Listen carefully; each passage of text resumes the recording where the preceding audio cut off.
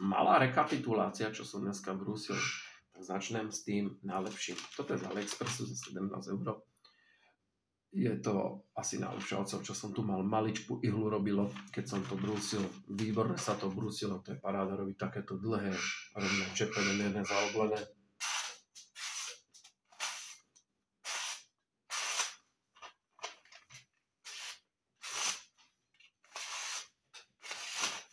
Ostrosť je toho neuveriteľná. Tu mám ešte jeden taký istý. Nabrúsený. Ďalej som robil tento starý ruský nožík spred niekoľko 10 ročí.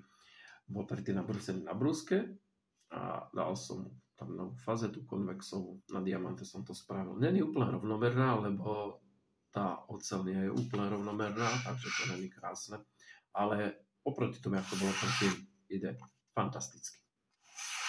To bola tiež zaujímavá práca. Takéto veci ma bavia, takéto originály.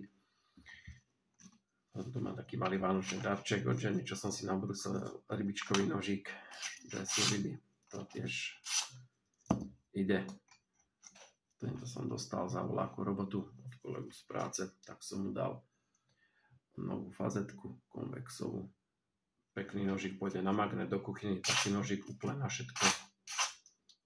A ako posledné z nožov je tu tento. Ani neviem už, odkiaľ som ho kúpil, bol v akcii za 10 €, tak niečo som si ho nabrúsil, spravil som mu novú fazetku krásnu a je pekný, ostrý, dostal ozaj výbornú ostrosť. No a posledné, čo tu mám, je tu táto kálačka. Kálačky sa teoreticky akože nemusia brúsiť, je dobré mať tam nejaké ostré, aby to vnikalo do toho materiálu.